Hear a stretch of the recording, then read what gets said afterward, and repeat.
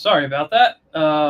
Little technical difficulty coming on to the show tonight. So, hello everybody, and welcome to tonight's Get in Tune. I am Michael Gracia, and I have a wonderful show planned for tonight. Um, I got a really great guest on.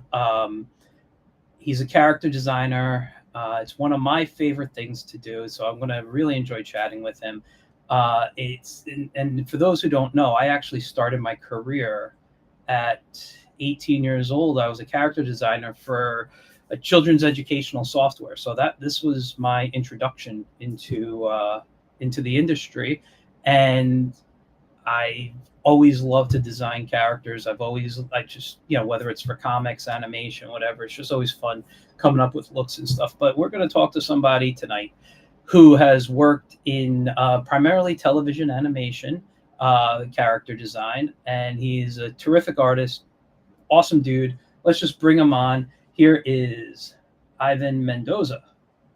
Hello. Yay! Give him a round of applause. How you doing? I'm good, man. How are you? It's good to see Doing you. good. Yeah, same here. It's been a while, so It has been a while. Oh my yes. God. Uh, Uh, but before we get into how you and I met and everything, what I like to do um, with every new guest that hasn't been on the show before, or even if they have, just to send a reminder. But tell us a little bit about your art journey, your background, and kind of how you got into the industry. um, I think it just starts like with, I feel like every artist. I enjoyed drawing at an early age. I didn't actually think it was going to turn into a career later on in life or anything. It was something that I've always really liked to do. Um, from like from junior high school to high school, and then after that, like when I was done with high school, I'm like, oh, I don't know what I'm going to do. My parents really encouraged me to do either business or nursing, and I was just like, well, I'm not so sure if I want to do that, but I still did just because just I wanted to follow their guidance. And then after Yeah. that, when I was in those classes, I would always just be drawing, and I wouldn't do anything else but that. And then um as my interest in drawing kind of just grew, and everything else kind of just slowly started to fade away, read I just pivoted, and then I just kind of just went all in with something in art, right? It wasn't animation at this Mm. point, right? It was kind of just like I want to do something in drawing. And then after that, my dad brought home this catalog from Art Center in Pasadena, and then I was like flipping through this big thick catalog, and I remember I saw the illustration major portion of it, and I thought that was really cool. I'm like, oh my gosh, this is really neat because it was all illustration, something I've never really seen before, and things like that. And I'm like, oh, this is the thing that really attracted me. And then, even though at the time, I wasn't, how would you say this? I wasn't prepared as well as I should have been to really get into those schools or anything, but I just having seen that was really interesting. And then so what I ended up doing that instead is that I ended up going to this smaller school called Associates in Art, which was located in Sherman Oaks. Um, I studied I studied figure drawing at first, and then I became kind of like really intrigued with learning how to draw the figure in a way, right? Learning how to draw the figure through gestures and construction and things of this nature. And then uh, that's the primary focus that I went in on. And I remember also when I was there, I was taking an in-betweening class because they were telling me that was like the easiest way to actually get into animation was to do in-betweens between key drawings. And so I did that. And then as soon as as soon as I finished going there, which was about a couple of years, I went to a smaller school that focused primarily on story and not so much drawing. And this was Roland Animation in Roland Heights, California. Um, and then so I had a really great story teacher, Larry Konarski, and then he was telling me the importance of story. And I told him I just want to be an in between. Right. And then he was just like, well, in betweens is all part of the bigger story. And then so he really kind of just reflected on the importance of that. And then so I started primarily focusing on that. And then um, during that time, I got an internship at Spumco. this is John Kay's Okay. um, studio at the time. This was in 2000, right? Okay. I was working on a web cartoon, which I I feel like it's inappropriate to say, so I'm not going to say it, and then so I'm just going to leave that part So out. listen, I know the Spumco Yeah, cartoon, so yeah, and then so um, I did that, and then a couple of weeks later, we all got laid off, even though it was not a paid thing or anything like mm, that. We just like we got laid off, and then I remember before this happening that people would talk about like horror stories about just like oh how unstable animation is and everything like that, and then so um, I was kind of like in shock. I'm just like oh my god, here it is right in front of me that I got let go, and I was just like oh I'm not so sure what I'm gonna do.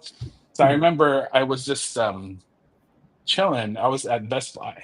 This is like what 2000? Yeah, it's still 2000. I was at Best Buy, and I was just kind of just hanging out and chilling and just kind of just walking around. And then after that, I was looking for a job. Obviously, I was still kind of going to school, but still I needed to make some sort of money. yeah. And I just ran into a worker there, and I just kind of like casually asked them, "Are you guys hiring?" They're like, "Yeah," and I'm like, "Okay."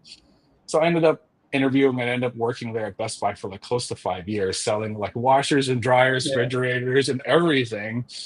And then, so if you guys have any questions about washers or dryers, refrigerators, you guys can contact me. I know everything there is to know about it. And then, so there's that. Right. And then I thought that was a pretty good, like, I guess, stepping stone because, like, at the time, like, like, as an artist and everything, I was pretty shy a long time ago. But Mm, having to work in sales and like meeting like numerous amounts of people and everything, it was a good experience just because I knew how to. It taught me how would you say adjust mm, based off the conversations that you're having with people and things like that. And then so I did that for 4.5 years, and then I went to another sales job, corporate sales. I was selling copiers and printers door to door in Orange County, and and I was just like, okay, cool. I'm making a good amount. At least that's what I thought I would. I was making like I think it's like 35,000 a year. And back then I thought that was I'm like, yes, I did it. I made it in a way. And and then so I was like doing that, and then I had a client, and him and I were just talking just like you and me. And he was just like, oh, when you're not working, selling or anything like that, what do you do? And I'm like, oh, and I just go to the coffee shop and draw. And then this was like even when I was at Best Buy, I would be drawing say after work until like so say like at Starbucks across the street from like the time that I get off to the time that they close. So that's like 4 hours. And then so this would happen continuously all throughout my sales career. And mm, even when I was in corporate sales doing door to door, as soon as I'm off of work, I'm drawing for like 7, 8 hours a day. Right. And then what happened was I was having the conversation with my client, and he was, "Oh, what do you do? When you're not selling or working and all this stuff." And I'm like, "Yeah, I'm drawing and all that stuff." And then he takes a look at my work. He was an older gentleman and everything, and then he was all saying, "He's oh, these are good," and then um, told me that like I had a lot of potential to do art or whatever. And then at that time, I was just like, "No, it's not a good idea because I got laid off before, and it's so unstable that sales was the way I need to go." And then so it was towards the end of the day, he asked me to walk him with it to his car. So I'm just like, okay, sure. So him and I walk, and he's just like, oh, just thinking. And this sounds like from a movie. Every time I tell this story, I feel like it sounds like from a movie. Like I'm walking this old man to his car, and then he's just like, and then he says, promise me one thing. And I'm like, sure. He's just like, that you should think about going back into art, right? And then I was just like, sure, of course, And then so later, I mean, I thought about it the rest of the day. As soon as like the next day happened, it was completely back into salesman mode. And so I did that. And then I kind of got caught in crossroads probably like a month, 2, 3 months later, right? mm, Where my sales were kind of dipping, and like I was kind of like put in a predicament where I had to either choose either art or sales, you know. And then I thought to myself, I'm just like, well, if I do, I know like all like the risks that comes with it, and the amount of, how would you say, the level that the level that you have to be at to work in animation, which is like, from what I see, is like from these people that's in these art out books. And I'm just like, oh, if I can't draw like that, I'm not working in animation, Yeah. you know. And then so I obviously chose art, and I promised myself that I was going to be like 150% every time. And then so I made the shift back towards art. And then in February 2009, since my sales had dipped, I got a meeting with my sales manager and his boss, and they brought me into the office, and then they let me go. Right. And it wasn't even ill will or anything. It was like, it was, it was a respectful goodbye in a way, right? Yeah. It wasn't like oh, you know, how dare you fire me, or Yeah. we can't because you're such a bad salesman or anything like that. And then so later that same day, I went back to the coffee shop that I usually go draw at, and I used my sales abilities, and then um, I emailed at the time the owners of 6 Point Harness and Titmouse Animation Studio. And then I was Mhm. just like, I'll work for free just for experience. And then after that, I had a meeting with both of them, and then I ended up interning at both of them. And then so I interned, I think, at 6 Point Harness Mondays and Wednesdays, and Titmouse Animation Tuesdays and Thursdays. Mhm. And I took it as a risk, even though I wasn't getting paid. That like, oh, as long as I'm there, and if an opportunity came, I'm already there to, you know, hopefully have first dibs at it. And then thankfully, that internship lasted about 2 to 3 weeks, and then I became a colorist on a show called DJ and the Fro, and then that's how my animation career got started. Yeah. So sorry, that was, I know, a really long story, but yeah. No. It's a nice one too. Um, I got hold on. I just want to say hi to Sillyville, who's watching their Davey. So everyone's sales dipped in February 2009. So, um, yeah, no, that's really cool though that you had, the well, what was I going to say? That this guy's like, he saw the potential in you and kind of gave you a little bit of motivation that when the time Yeah, yeah, came, you yeah. know, but also you got let go. So kind of, I mean, I feel like I feel like the stars aligned just right to for yeah, it to like have happened, because like I feel like if he hadn't put that idea in my head or anything, I feel like that mm, I would have, the first thing I would have done is probably like find another like copier house, and then yeah, just, sell out of there instead, and then so, but it was, even though it wasn't like anything related to art, mm. it all kind of, I feel like, helped. I mean, No, like, even, go go ahead. ahead, sorry. No, No, you please, no, finish it. you. No, that's what I was going to say is everything helps. You can kind of bring in. I worked sales for a long time too. Even when I started in the industry, like I said, I was 18. I was working as a grill cook. I was working doing, I did sales for stores. I worked for like almost every store in my local mall at Yeah, one yeah, point. yeah, yeah, yeah, yeah, yeah. So so yeah, I mean, when I started like you. I started as an intern, and within a couple of weeks, I was getting paid. So what happened, Yeah, and but yeah, no, yeah, and then you decided to stay in a field where layoffs are regular. So yeah, exactly.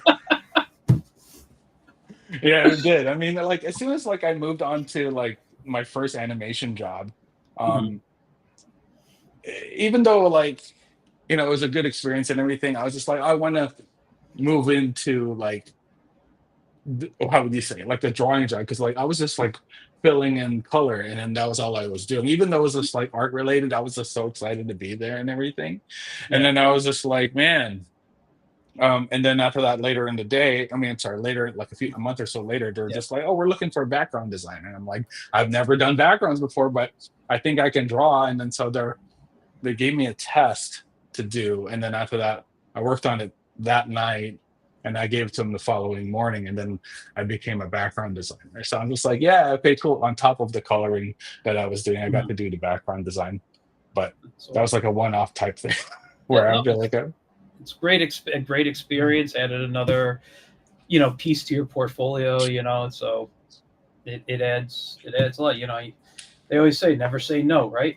you know? exactly, I know that's a thing. I feel like it's important to just take every opportunity to, like, even if it's like not lined up to say what you want to do or anything like that. I think just saying yes to any project and every project is a good opportunity. And so, yeah, dude. I mean, yeah, but So you went. I mean, I know you studied. You said you studied. What was it? I mean, I know it was the figure, but then you were studying in betweening and wanted to do that. Then you went into was it the coloring? Then you started backgrounds. When did you get into character design? oh, well, Let let me me just see move here. over a bit here. Wrong way. Sorry. I'm trying to No, get no, on no, no. camera. I officially started in doing character design uh, as a quote unquote character designer, mhm. um, 2014. I remember it was just like people, oh, I want to be character designer, I want to be character designer. And then I'm like, oh, that sounds cool. I want to be one too. Right. And then so I wanted to do what everybody else was kind of doing. And then um after that show at Titmouse, I wasn't working again for like 5, 6 months. Right. And I decided I'm just gonna stick it through. And then I ended up getting a job at Neopets for from 2009 to 2014. And then after that experience, even though I was doing working on characters on that and kind of developing characters, I didn't understand the full concept of what character design was yet, but it was kind of like a really good stepping stone towards it. And then as soon as I was, yeah, done with that experience, I'm like, I really want to go all in with character design. So I ended up taking an online class through Schoolism and with Daniel Arriaga. He's, I think, a character art director now at Disney Animation. Okay. And then so, but at the time he was still working at Pixar. And then so I wanted to learn from him. And then, that class was super helpful. And then, what is it? Um, after Neo, I'm sorry, let me try backtrack a little bit. Yeah, yeah. After Neopets, I was off for 6 months, and in that 6 months, I was taking that class. And when those 6 months was close to being done, I got a job offer at ABC Mouse, which is that Age of Learning spot. You Mhm. know what I'm talking about? Yeah, yeah. And then so I did that, and then I was there for 2 weeks, and it was similar to my experience at Neopets. And but since I already did this character design class, I'm like, oh, I want to be a character designer. And then so I, talked to my other friend, which was a line producer, and then he said that he was looking for a character designer for a new show at Warner Brothers called Banicula. Mhm. And then I was just like, oh, okay, cool. And he's just like, here's a test. And of course, at the time, I was just like afraid of it because, like, up to that point, every test that I've taken, I've failed at. Um, and when I took the test, I kind of just like gave it everything I had. I kind of like obsessed over it, made sure that whatever the show was looking for, I was kind of doing, and really just adding everything into that test, even if it wasn't called for, like say like the thumbnails of the character, everything. And then I just kind of just like gave him all of it, and then to my surprise, I passed, and I'm just like, oh my god, I did it. Right. And then so yeah, so that was December 2014. I started as a official character designer, and then I remember the first character design I did. I overthought it so much that I grudgingly look. Is that the right word? I cringe. I cringe when I see my first character design, and then I Mhm. was just like, oh, that's so bad, Do you And remember? then You remember who it was or what it was? yeah, For I do. It was I want to say it was a giant cockroach. Let me okay. see. It was a giant cockroach in episode one. Like, I'm gonna see if I could Google it and see. Giant cockroach. And then so I remember I was just like, um, really like, really, I felt like, because like the class I was taking, it was for feature animation. It wasn't for TV. And then Okay. so the treatment I was giving it was very like a lot of like development, a lot of research, and all of that stuff. And then after that, I was just like, oh, And then after that, yeah, it was. Looking back at it, I'm looking at it now. I'm just like, I overthought it too much, and I just need to like just not do it. Yeah. It was a learning lesson. It was a learning curve in a way, Yeah. but yeah. And then so I just said like how my workflow towards TV to be just like much quicker, and then obviously like the more work I got, the quicker I became, and that's yeah. Um, so now I read your credits. I posted your credits on. Okay. No, not like your IMDb, but your, what you gave me in your bio is what I meant. I posted your bio, and Yeah. I read it again, or I mentioned it today when I did my Instagram little live about, you coming on as a guest. And you've worked for companies. You just mentioned Warner Brothers. You worked for Netflix Animation, DreamWorks. Mm. Am I forgetting any right now? I'd have to look at your bio again, but Um. that was in the bio. I mean, I mean, yeah, I worked for Warner Brothers. I worked for DreamWorks, mhm. Starburns Industries. They worked on the show Animals for HBO. Okay. They also used to do what is it? They also used to do, I think, Rick and Morty.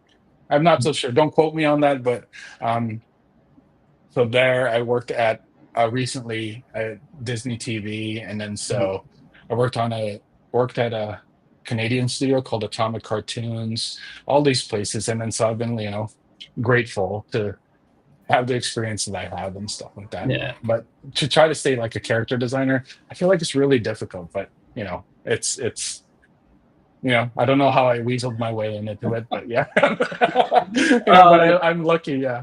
yeah. No, what I wanted to ask you is like, and I don't need you to pick a specific project, but is there types of characters you like to design like, do you prefer to go like animal characters, humans, or do you just love characters so much it doesn't matter to you?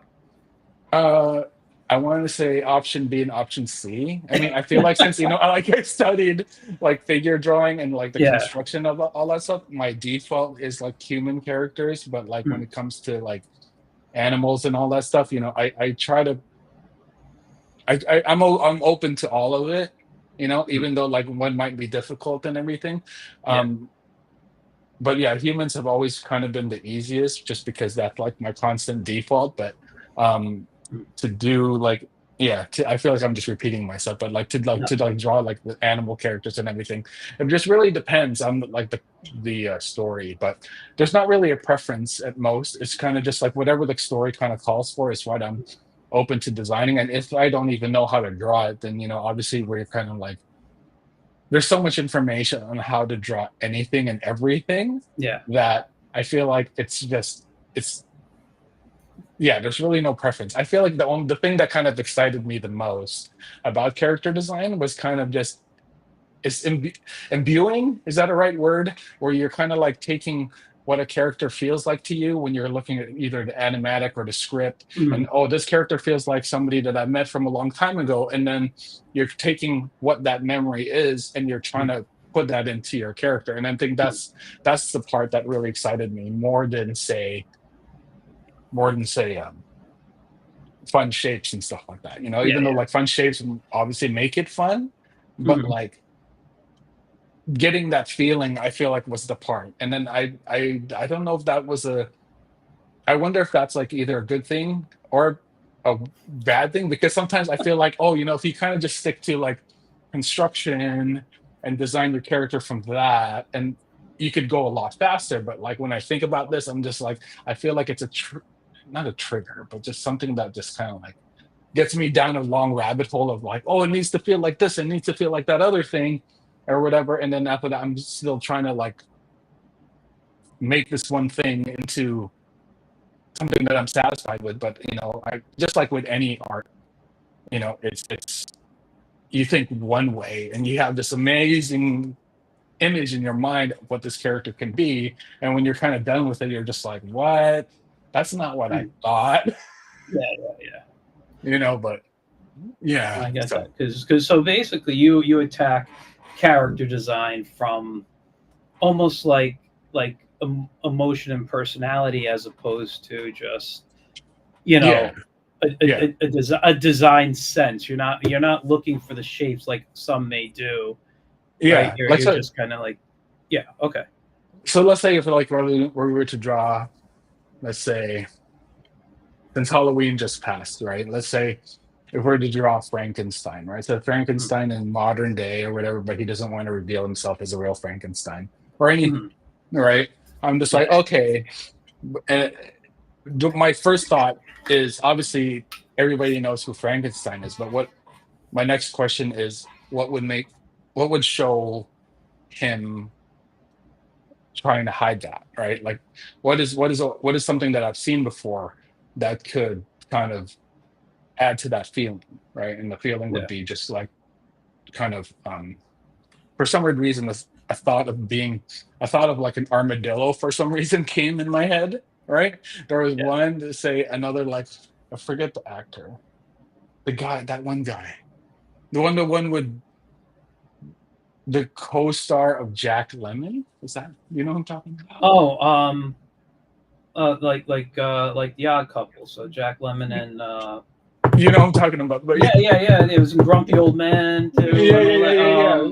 Why am I I feel like blanking on his name? It's killing me. I just watched it like a few months ago. It was on TV. so I feel Uh, like him, right? Like a younger version of him, but yeah, not like the not like the old version, but like a young version. And then so you're kind of like combining what I think this would be, and then that's how I would kind of like start off the character. yeah. You I'm sorry. know, I'm looking that's the the movie. guy's name up now because it's driving me nuts. Uh, Grumpy old man, Walter. Walter Matthau. That's what it That's is. who it was. Yeah, yeah. I could totally see that. I'm sorry. That was You know, driving and me then nuts, so man.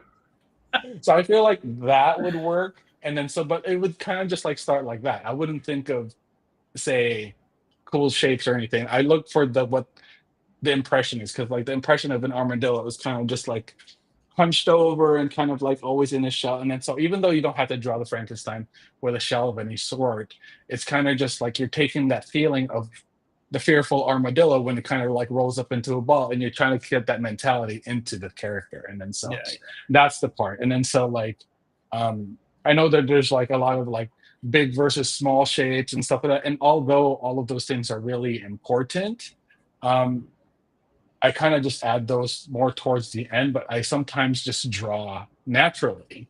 And yeah, then hopefully sometimes in certain cases, I'm sorry, in some cases it's fallen in naturally where I didn't actually have to think about adding like big versus small shapes and stuff and watching for spacing and silhouette and all this kind of stuff. And then so yeah, my my my experience of wanting to draw figure drawing and kind of like uh what is it figure drawing and what is it?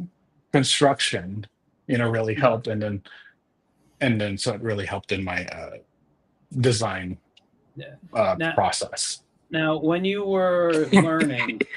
Mm, when you were learning about character design, I'm sure you studied character designers, right? And yeah. is there anybody you look at as like, oh my God, this guy is the one I go to for inspiration when I'm stuck or anything? Oh, Or when it comes to character design, I mean like there's so many now. But yeah, like when I was starting out, I remember like Chuck Jones was a big one. mhm, All of his work was amazing.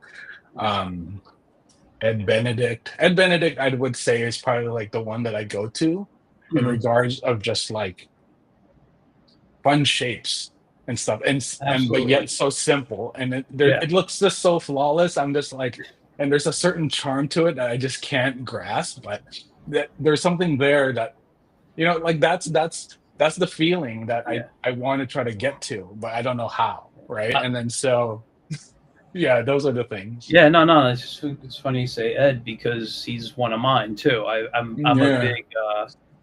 big Hanna-Barbera fan, and Yeah. I mean, I'm a huge Hanna-Barbera fan. It's kind of like my go-to style, Yeah. or influence, even with even when I look at like the superheroes like that Alex Toth designed, like Yeah. Space Yeah. Ghost, Yeah.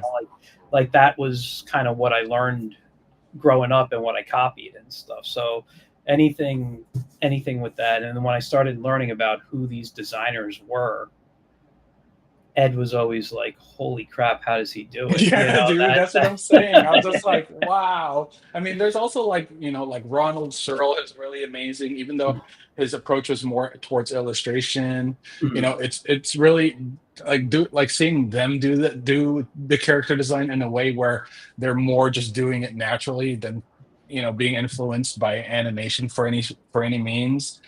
Carter Goodrich is also another one that I really like in awe over in a way. And then so I mean there's so many there, even like like the people that's like worked on like the latest movies, like K-pop Demon Hunters. I look at those designs recently and I'm just like, oh, I need to draw like that, I need to draw like that.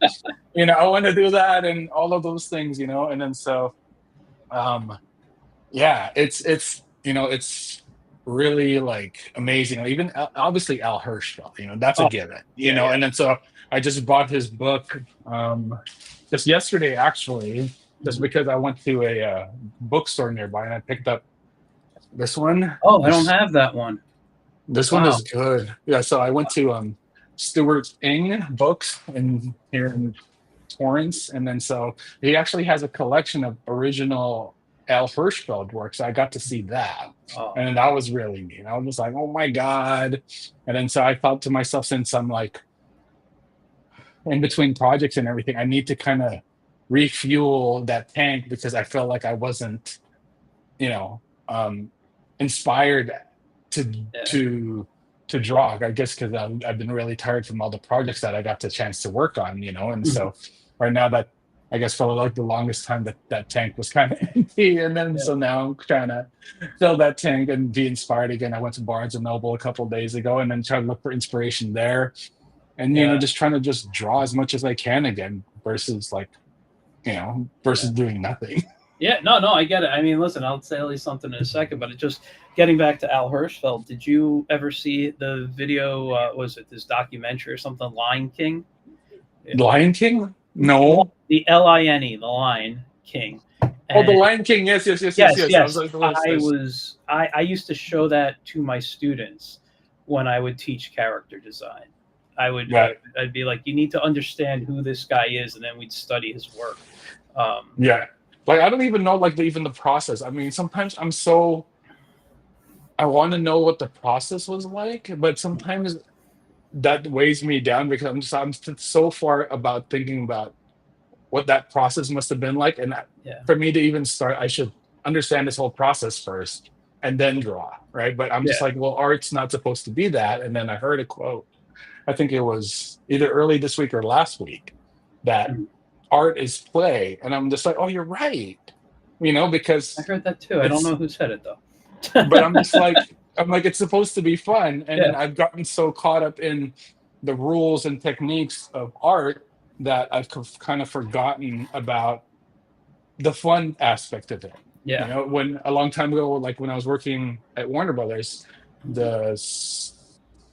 the showrunner, Jessica Barutsky, she said, "Oh, just have fun with the design," and I'm just like, "What does that mean?" I remember thinking that, and then so, but yeah. Anyways, I feel like I'm just like talking, and then I just tangent No, no, off no. here It's and there. okay. But It's okay. No, but I get it because you know that's how I try to approach art. Like I got like you for a while doing comics where it was almost like it became formulaic for me, and yeah, I was doing stuff that I'm like, okay, this is what the audience wants. This is the type of stuff or the style I should be drawing in or whatnot.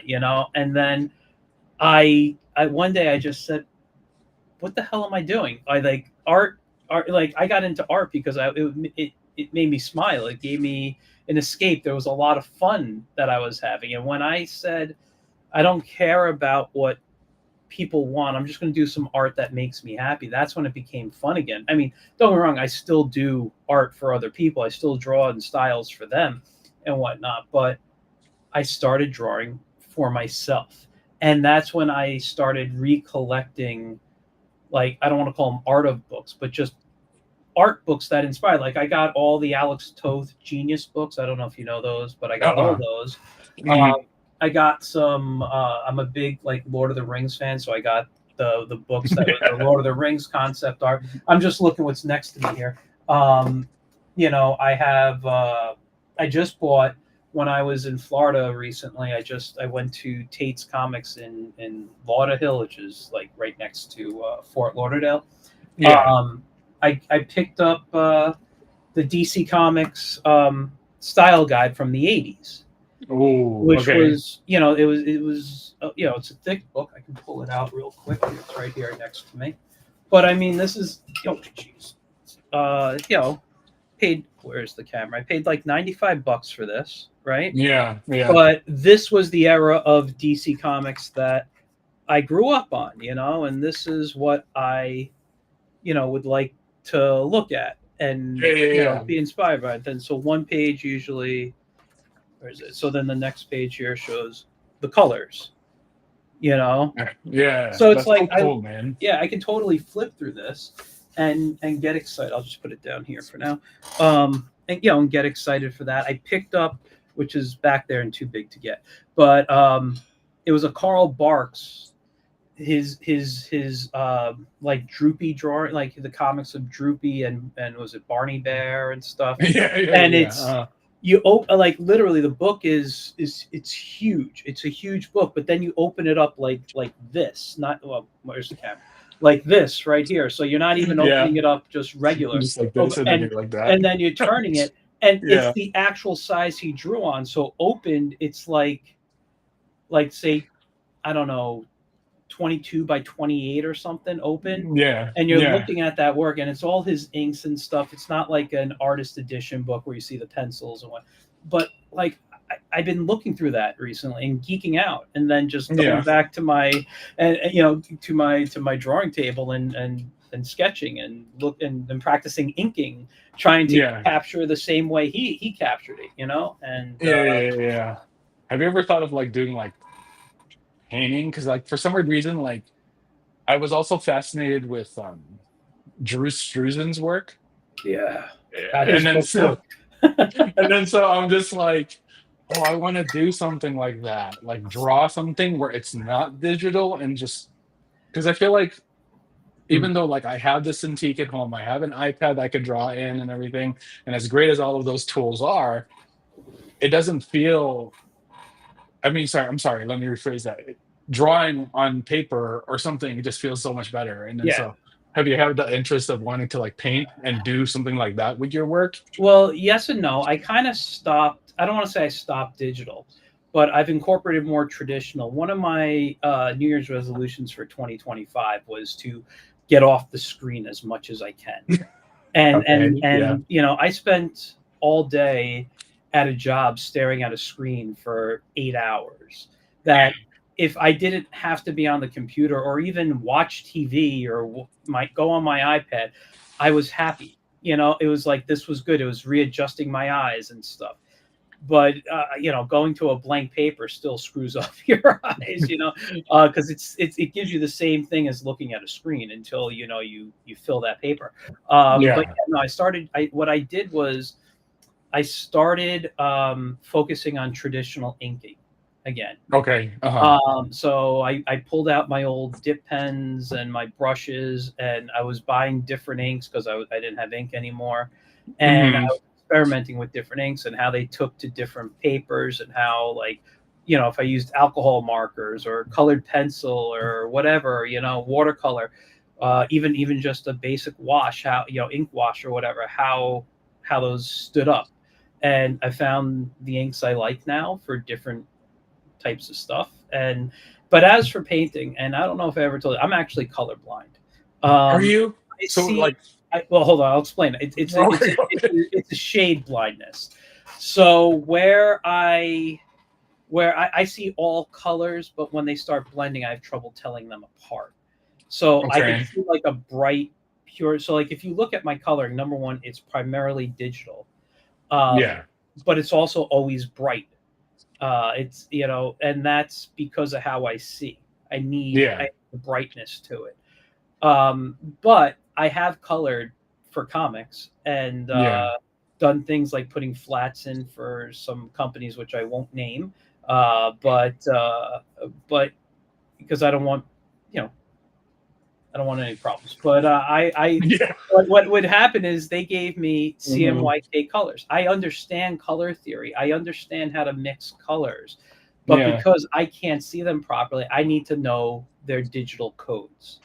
Oh, okay. So I can color digitally. So if you tell me, hey, I want the grass green and say it's 100% cyan, 100% yellow, that doesn't look green to me. It's actually more in the orange family. Oh, But really? oh yeah, yeah. The way I've always described the way I see the world is basically like being on acid, and just it's like that's the way I see it. Like people tell me, "Hey, you seen those things? Those colorblind glasses? You can see color again. Do you want to get?" I said, "No. First of all, it takes a few months or whatever for your eyes to adjust, and then second, I'm like, I'm going to be 50 in February. I've seen the world this way for so many years. I am good. Yeah. Yeah. I'm good with it. But yeah, no, it's one of the reasons all I wear are like t-shirts and jeans is because I can't match clothes. Um, I I've had I have a jacket, well, like a sweater that I really like, that is my wife tells me is beige, I think she says beige, and I always call it gray. I'm like, where's my gray sweater, where's my gray sweater? So I do, a lot of stuff. Yeah. I have those issues, grays with greens, and just like everybody else, but it's like really when they start blending I have issues. But I've been wanting to get back into watercolor. A So, watercolor. Okay. and I've always enjoyed watercolor because it's very similar to working with inks. Yeah. And when I was in, what was it? I want to say seventh grade. I grew up in a town called Mahopac, New York, and in Mahopac, and a few towns away was Yorktown, New York. And there was a professional artist. He was a cartoonist. He's done so many different things. He used to teach out of his house on Yeah. weekends, and I would go like on a Saturday, and I would be, sometimes I was, so if I was in seventh grade, I was what, like 12 or whatever. I was the only like kid there. The rest were like adults painting and whatever, and he would teach me comics, and Yeah. I would literally be sitting there. That's when I first got a dip pen. That's when I first learned about how to create washes and how to do this stuff. And then we experimented with watercolor, but I don't remember why I stopped. Hmm. It didn't. We just said no, it's not going to work out at Yeah. the time. And I picked it up again. I remember in high school. Uh, Yeah. the Power Shazam comic book came out, done by Jerry Ordway, and the first like couple of issues were watercolor. I Hmm. was like, holy crap, this is amazing. So I'm Yeah. like, I need to learn watercolor. So I went out, I got a set, and I practiced. And it is what it is. My colors weren't always great, but I understood how to manipulate the medium, and Hmm. uh, and I put it away for years, but I've been wanting to. I actually took a class, like a virtual class, where I didn't participate. I just watched the video, and um, it was on creating fantasy creatures in watercolor and pencil. It was pencil and Uh, watercolor, and I was like, "This should be fun." So I understand. It was because I'm like, I want to redo it, and so yeah, I'm gonna, now that I got some time in my schedule, I'm gonna probably start experimenting with that because I love fantasy art. yeah. I want to. Yeah. That's. I know since we both have all this time now, We'll get you into know, that. we'll get into that eventually. And I'm just Yeah, like, don't yeah, worry. We got some time. Because there was a couple of other questions I had about. yeah, yeah. No worries. No, it's okay. Oh God, what was my other question? I really should write these down, but I keep it conversational. Um, all right, you know what? We can talk a little bit about that then. Let's go on. So, for those who don't know, and it's probably everybody except for you and me, the how we met was through my day job. I used to work for a company that's no longer around. So for anybody interested, I am available for work. I could take commissions right now. I'm you need comics done, whatever. Just reach out to me. Basically, I worked for a company called CGMA, or CG Master Academy. It was an online art academy, and that's what I used to tell people. I was a 2D faculty supervisor for an online art academy, and I was the boss, I guess, to all the instructors. And but I didn't really see it that way all the time. I saw it as I was outside of my administrative stuff and having to do a few things. I always saw it as my job was to help make instructors, look good and make sure that, and if there were issues to help take care of it. But we had a couple of we had a class called character design mentorship, and we had a few very well known character designers that taught. I mean, they didn't teach every term, or is that what they call it? Yeah, they called them terms. And and so I went out looking, and I'm like, we need somebody to teach this class. And I found, and I forget how I found you. I don't know if it was ArtStation, Instagram. I would go on so many different things, and I wrote to you and said, "Hey, you interested in teaching?" And you said, "Yeah, that'd be interesting." and then after went through the interview process, we did the whole thing, and you came on. You taught about a few semesters, I know that, a few terms, and you did very well. There were a lot of great. You had a lot of great feedback in the reviews, and I'm not going to lie, but I will say this: I've watched a lot of classes. Part of my job was to watch at least one class per term Yeah.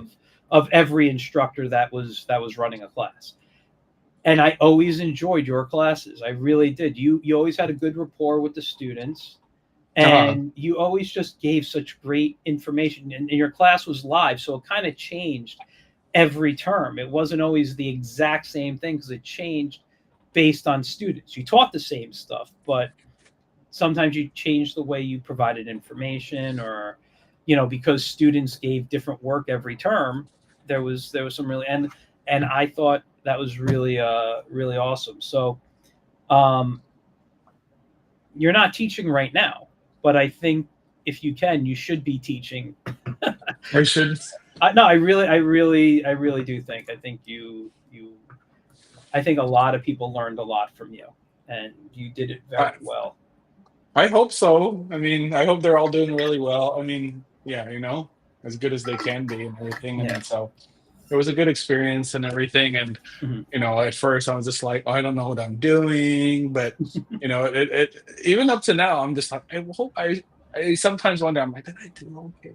And then so obviously the imposter syndrome is so like prevalent in my mind and everything. I'm just like, Yeah. but yeah, no, it was a really fun experience, and having to, really just kind of just like share as much as I could, because that's something that I mentioned in the class, is that's a lot of the things that you learn as a character designer you wouldn't get from a class. So what I'm going to try to share with you guys is everything that I learned, not only in my process of like learning when I was trying to become a character designer, but also after I became one. And then so that was like, I felt really important because like the cost of education is not cheap, and then so just Oh, like exactly. and then so that's the reason why. And then yeah, I mean, I know I still follow, I think I follow all of them, but you know how like Instagram, they don't share Mm. like everybody's feed, I'm sorry, everybody's work all at the same time. But yeah, everybody's work was amazing, and I was just like, yeah, hopefully,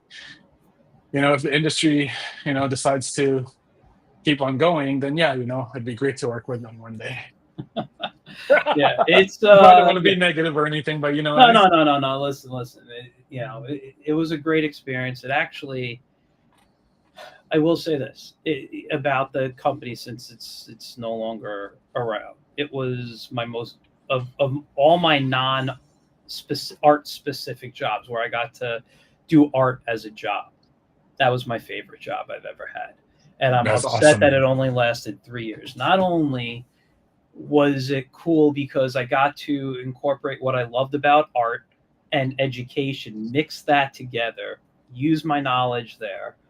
I got to meet awesome people like you. I mean, literally, there's so many instructors I became very friendly with, that I still keep in contact with, and some are just through following on social media or whatever. But um, it was a great experience, and the bosses there, my three the three original owners of the company. They were the most fantastic people. I mean, literally, I went on vacation once, and two of them, they're a married couple. Um, I was in their hometown. We went out to lunch together. I mean, how many people go on vacation and say I want to hang out with my bosses? You Yeah. know what I mean? Like Yeah, yeah, yeah. that's how really great that job was. And it's unfortunate for the things that happened, which I don't want to get into because it really is sad. Yeah. So as of October 24th, I have been out of work, and I have been looking like crazy. Yeah, yeah, yeah. And in the meantime, I am, like I said, happy to take commissions, work on comics, do some covers, whatever you guys need. Comes, contact me. Was it? No, that's Sylvia. So that's Okay. David. Let's What do see you here. say? I added you on LinkedIn just now, Ivan. Okay. I'm looking at it right now. Um, so David, did you ever add me? Are we connected on LinkedIn? Oh, there you go. No, it's okay. There we go. Um, but yeah, so no, David's someone good to know too. Yeah. And yeah, so that was the that's how we met. And I remember we talked a lot before you got on, and I helped you. We kind of walked through developing your class. Um, I think, yeah, I think it did well. Like I said, I really like. I got to, and there's a lot of instructors who was like, okay, I would save their classes last because I really loved, you know, the way they taught. Yeah. And you were one of those I would do as well. And don't get me wrong, because I don't want to knock anyone, especially those who teach perspective, because I know everyone hates perspective. The teachers there were so good. There was even I won't say who it was, but there was a perspective instructor there. The way they taught, I was like, my God, this is awesome. And, you know, so and we all know everyone hate that. That's why you do character design, because you don't want to draw backgrounds and perspective, right? It's just not, I mean, like the way they do them is just like I can Yeah, never do it. And then so that's yeah, yeah, I mean, I feel like my brain wasn't wired that way. And then so yeah. that's probably why, and maybe that's just an excuse of me being lazy. I don't know. No, no, no, it's not, because I'll tell you, my background is in, I studied animation. I studied figure drawing. I did character design. I studied animation. I understand that for me, it's a it's more about character. But you know, when you're doing comics now instead of animation, like even when you animate, you're usually just animating the character, not the background. That's something else. But Yeah, yeah, I have to know it all, when I yeah. draw Mm, comics, whether, even if it's a simple cartoony piece, like something from Hanna-Barbera. yeah, Um, it's a, which kind of has a flatness to it. You still need to make it look like the character's standing and there's depth in there, and right, right. so, you know, and I prefer to do that where it's simple, but their backgrounds are so damn difficult to imitate. I imitated. Hold on, I'm gonna see if I can pull it up real quick just to show you. I don't know if you ever saw this. Um, okay, michaelgracia.com. Do I have it on there? Yes, I do. So let me. Where the hell is? Um, let me just pull this off here. So this was me. I don't know how many years ago, maybe 2017. I think I did this. I wanted to imitate the Hanna-Barbera backgrounds for an animation I was doing. And this literally took me, now I could probably do it in about an hour. This literally took me about 6 hours to do. 6 hours. Well, some of it was about practicing, so, and experimenting. Oh, that's so cool. Thanks. But I was trying out different brushes and everything. I was getting frustrated because also, again, I don't know color, so I was a lot of times calling my wife into the room and asking, "Hey, you see this tree in this picture here that I'm using as reference? What color is that?" And Yeah. so, No, that's really cool. I feel like that, like Bugs Bunny's just gonna come out that ground with, and then I love the yeah, fact yeah, that flowers are completely just like hand drawn, like how it was. Where yeah, it's like you obviously know that that's gonna be like interacted with versus like the rest of the mhm, background where it's not. yeah. And so that's great. Oh my Thanks, god, man. Thanks. Let me stop the share. Um, it's really cool. where do I go to stop? Oh, stop screen share. Sorry. But yeah, so that one was literally, 6 hours. I think I could do it in an hour under now if I had to do that.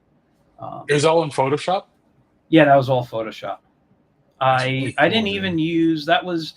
I'll tell you right now. I used like two different brushes on that, Hmm. and maybe three. I'd have to go back and look, but two. I think it was two brushes, and everything was using selection tools. I didn't like really draw much. I was Yeah, playing yeah, with gradients, and then you know, and it had like, I don't know, 12 or 15 layers like around there. yeah, yeah, So, yeah.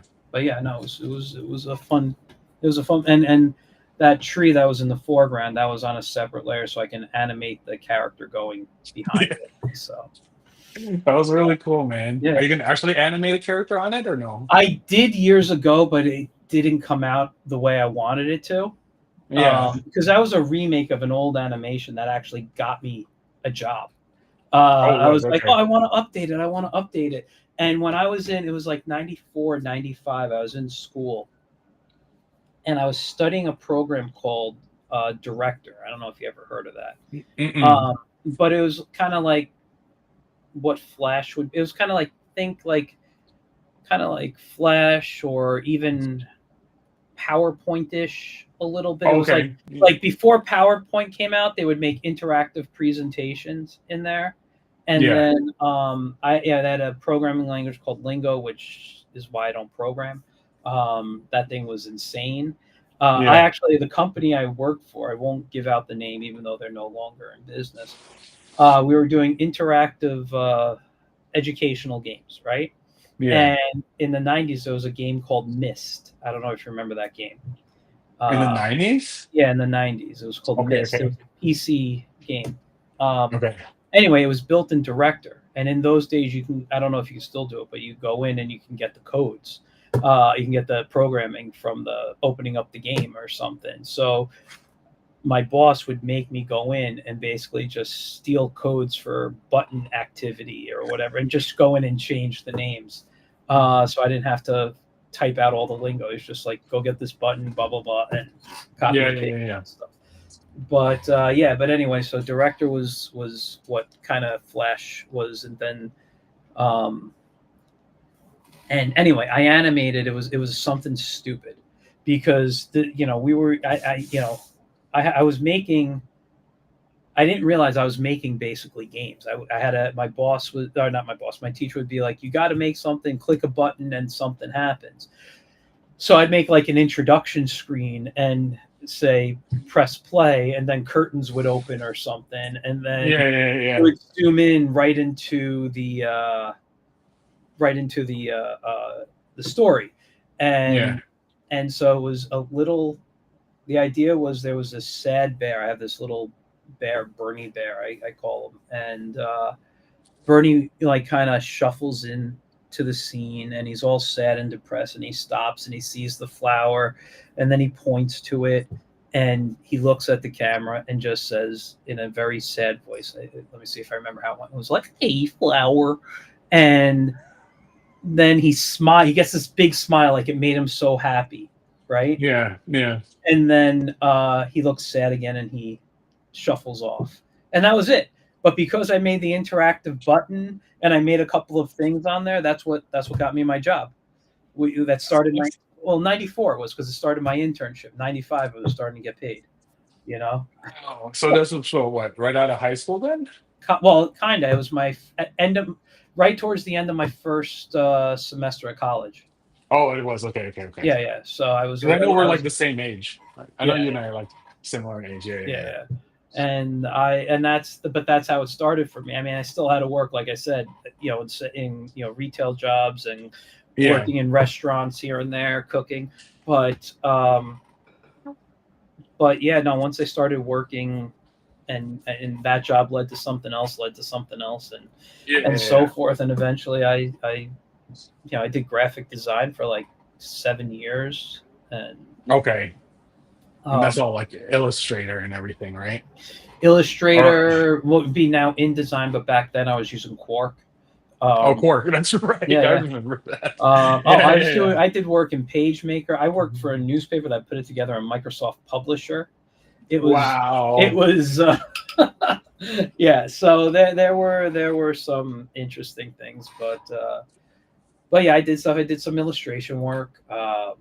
Did a little animation. I wish I could remember the company's name back in the, oh god, I'd say mid to late 90. Well, it's definitely late, like 98, 99. I was doing flash work, like making Yeah, yeah, yeah. those web banners back then that are Oh yeah, I you remember know that. and did a little character animation. Oh, let me just say hi to Dylan in the audience. Hey, Dylan. And yes, Ivan is a character designer. So Oh, but hi. yeah, it's but yeah, so that's kind of was what got in for me. And then I fell into education, which was really good for me. Was right in 2001. I fell into education. Mhm. I was tutoring this woman, and this woman told me, "Hey, I just got this job at this college. They're looking for someone who can teach what you um, what you can do. Would you like me to help out?" I said, "Get you a job." I said, "Sure, give them my resume, see what happens." Yeah, yeah, yeah, yeah. And and they hired me like within a week of my resume being turned in, and I started like 3 weeks later at the new semester. And I, don't, I was teaching. I remember I taught 3D Max for a while. I did that until about 2003 or four, and I'm like, I really hate 3D, so I don't want to do that. Mhm. Um, and Uh-huh. and I taught another class, and I don't remember what. I think it was like a Photoshop class. And then the second term I was there, they gave me their studio art class, and I was teaching nights and stuff. But yeah, and then it was May. I think I started May of 2001, and then in September 9/11 happened, and Wow. everything shut down for me work wise because, as they say for artists, last be hired, first to be fired. And Right? Yeah. so I had, luckily I still had the teaching gig, Yeah. because I lost a lot of work and it took me a while to build up my freelance again after that. And Yeah. but This is I all while you're in the East Coast, right? You're Yeah, like I've you're there never, in I haven't even been to the West Coast yet. Uh, you're what, really? Oh I've been my to God. every state on the East Coast from Maine to Florida, but Yeah. I've never had a chance to go out west yet. And I'll tell you right now, I was planning to go out west, like in the 90s. Yeah. Um, I was graduating. I graduated college in '97 with my Yeah. associates.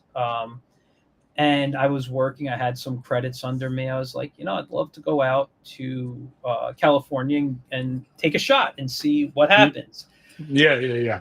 And what happened was, sometime in the I want to say earlier, like maybe 93, 94, Yeah. studios stopped giving health insurance as a regular thing. You had to like everybody went kind of freelance, and Is that I, here or in New yeah, York? out on the West Coast. I don't know if it's still the same, but Okay. out in the West, there were companies I was reading about, and they were cutting like insurance and saying we're going to pay you good money, but you got to pay for your own insurance, Yeah. type of thing. And I have health issues, and I'm like, I can't do that. Yeah. So I need to have insurance. So I had to stay where I knew I could get jobs and where I could get insurance and whatnot. Anyway, that's and then I was going to do it again in 2005. Yeah. The way the story goes, well, this is the story. In 2004, I broke up with an ex of mine, obviously, but like we were engaged to be married, the whole thing, and I'm like, screw this area, let me go, let me get out of here. I'm gonna go try. I was in school for my master's, so let me just finish my master's, and I'm going out west. And Yeah. then I met my wife, and I'm like, I can't leave now. Yeah.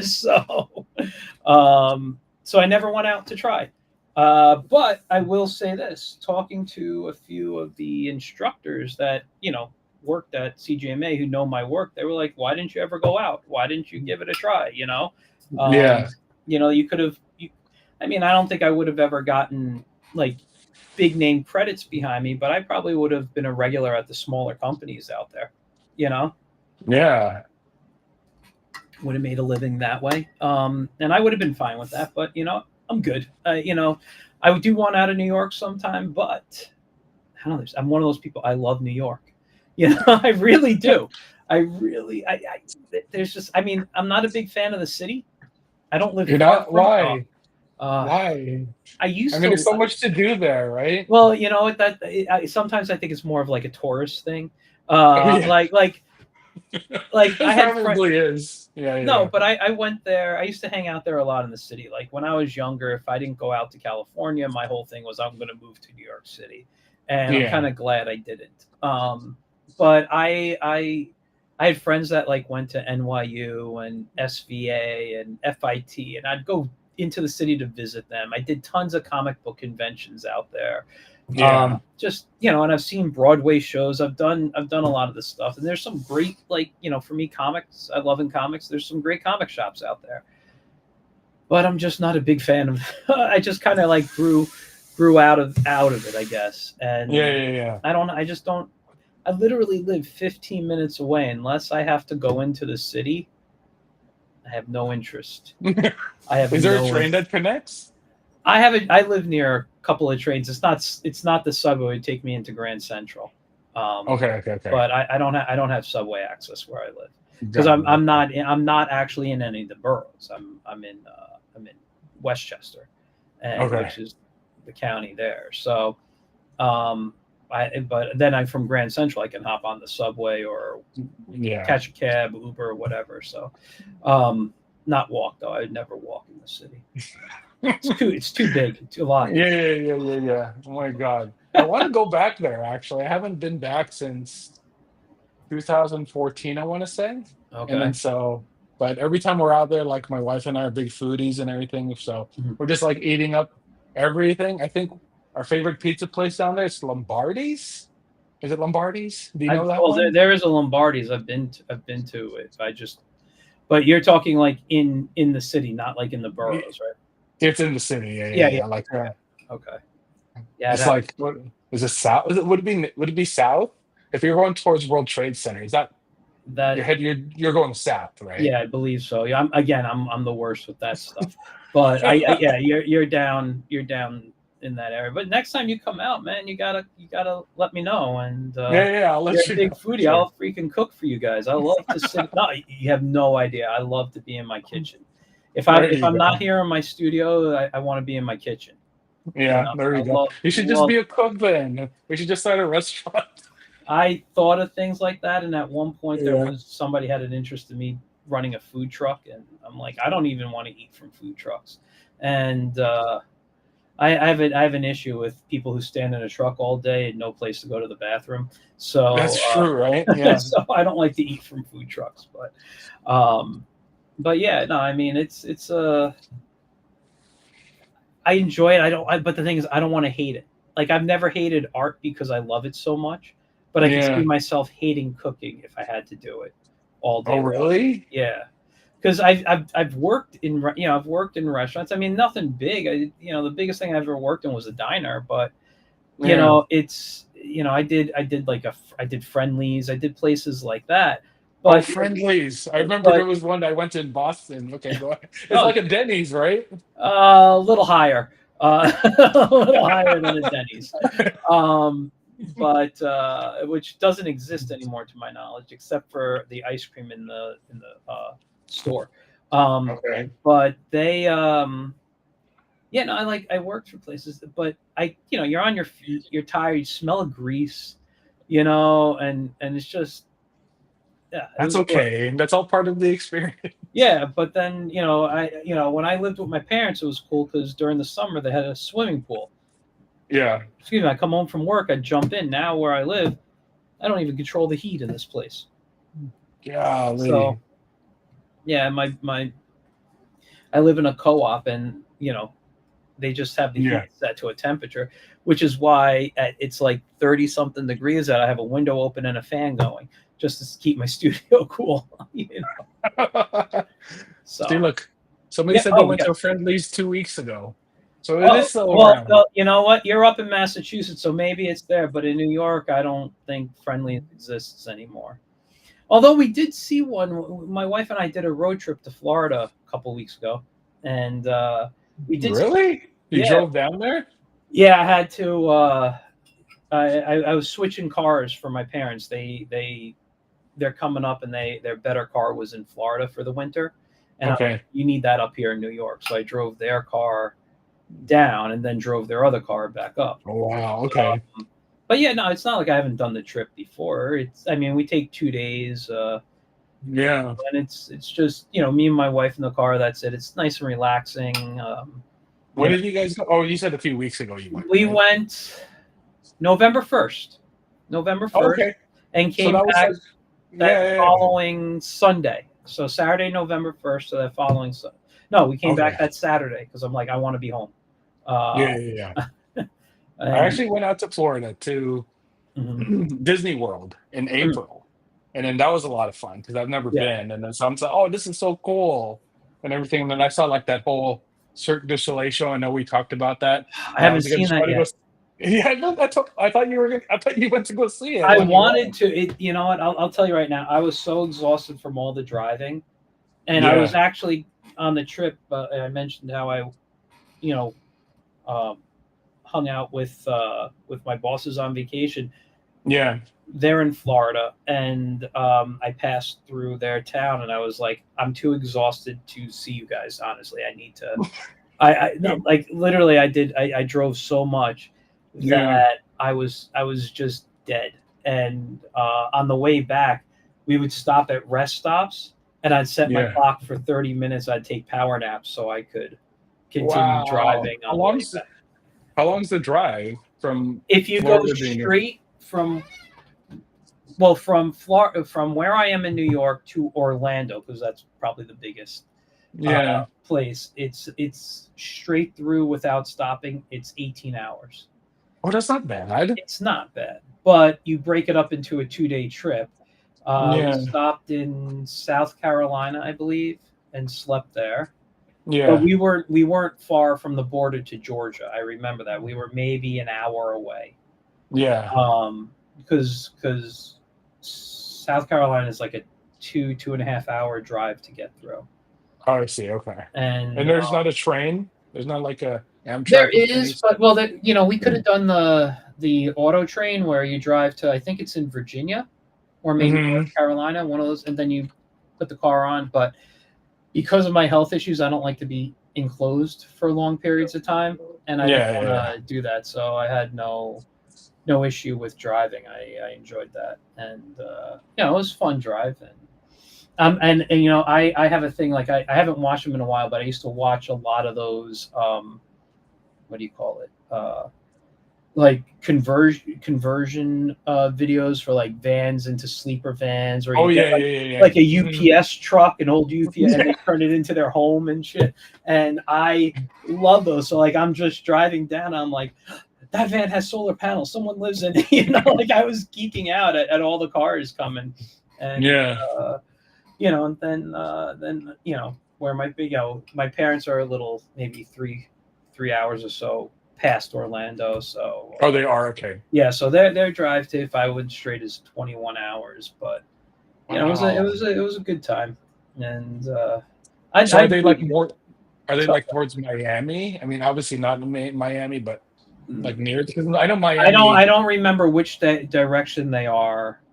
Okay, okay, okay. Towards Miami, I think is about a 5 hour trip from Orlando. I just I see. Okay. don't remember which direction though. I see. Okay, okay, okay. So, yeah, no, it was fun. But yeah, we did that, and we spent some time in Orlando. We did um, my parents are DVC members for Oh, Disney okay. Vacation Club Yeah, members. yeah, So yeah, we yeah. stayed at the Animal Kingdom Lodge and Yeah, at the Jumbo House, and it was a nice place. Saw some animals while just when you walk around, you look out the window. yeah, yeah, yeah, I yeah. mean, We it stayed was, there also. oh, It you was did? kind of yeah, yeah. We stayed there, but like I feel like the animals didn't come out. They Oh, only come out at certain times of the day, yeah. and they're just like traveling in their packs and everything. And I'm just like, I need some like the stuff that you see in like what is it, National Geographic. I just needed like a lion to come out and just like demolish another Well, I thought that was. I'll be honest. I thought that was going to happen. Not a lion, but I animal. saw these animals. I'm like, they just hang out together. Like Yeah, that's all they it do. was. I was like, that's so weird. Like, why aren't they fighting each other right Yeah, now? that's what I'm saying. I'm like, I'm here to, I paid to see a fight. Not Yeah. just them prancing along. But yeah, no. I will say this. I stayed at a hotel a few years back called Copper Creek, which is more like frontier Western. Is Um, that a Disney World? yeah, it's a Disney hotel. And I was talking to the guy who runs who like does the DVC at the hotel, and I was Hmm. saying how this hotel reminds me a lot of Copper Creek, just decorated, in the African Yeah. Asian, motifs and wherever you are, and he was like, "That's funny that you can pick up on that because it was the same architect, and Oh, basically it's really? the exact same setup." Um, so I was like, "Wow, that was really cool." Wow. Yeah. That is really cool. But yeah, and I told him, I said, he goes, "Which do you like better?" And I said, honestly, Copper Creek, but I'm more into like the frontier side. I've always loved like that era of history, of American history, and Yeah. go with the whole like Davy Crockett, Daniel Boone type of stuff. Always love that. So What side is Copper Creek on? Or was it next to? Because I don't, I've heard of it, but I don't know where it is. I'd have to look again. Like I haven't been there in so long. I think it's near. It has to be closer to Magic Kingdom because it's part of the like the Fort Wilderness stuff, and Hmm. that is a boat ride from Magic Kingdom, I believe, to the Fort Wilderness Hotel Oh, okay, okay, okay, or the okay. campgrounds or whatever, and then so it has to be in, and the bus that we took dropped people off at Fort Wilderness. This is back last time we did it. They had the Disney buses. When you fly in, they pick you up from the hotel and drive Oh, you. yeah, yeah, yeah. Um, Hmm. and what was I going to say? And so they drop people up at the Fort Wilderness. And I think Copper Creek was the next one. So I'm assuming Yeah, yeah, yeah. it's closer over there. Oh, my goodness. Yeah, it's a Let me go really check cool. that out. I want to go back to the East Coast soon, eventually. I want to try Cat's Deli. I keep on hearing, obviously, it's really famous, and I know it's a big tourist destination, but there's nothing like that around here. And I'm just like, Yeah. I want to try that specific restaurant. I've never been to the one in the city, but I've been to like another location they have in Jersey, They have actually. another location? Yeah, there was another. I was like, is this the same place? It turns out it's another location. Animal Kingdom was my favorite day at Disney. I will say this: Animal Kingdom, I think, has the best food of all the parks, but I don't like the park because of the heat. It's actually the hottest park because at different areas they adjust the heat for the animals. Really? That's what. I actually enjoyed that one the most out of Um, all of the parks. yeah.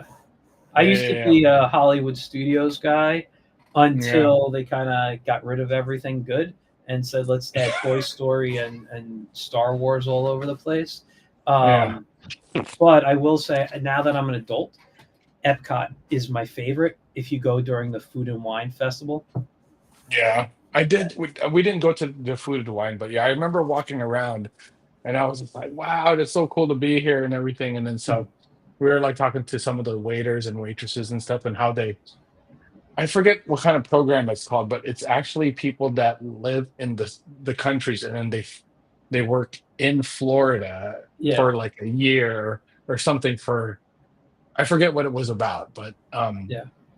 yeah, I don't know. I wouldn't be able to explain it, but yeah. No, I know what you mean. I know the program. I don't remember what it's called. Yeah, yeah, yeah, yeah.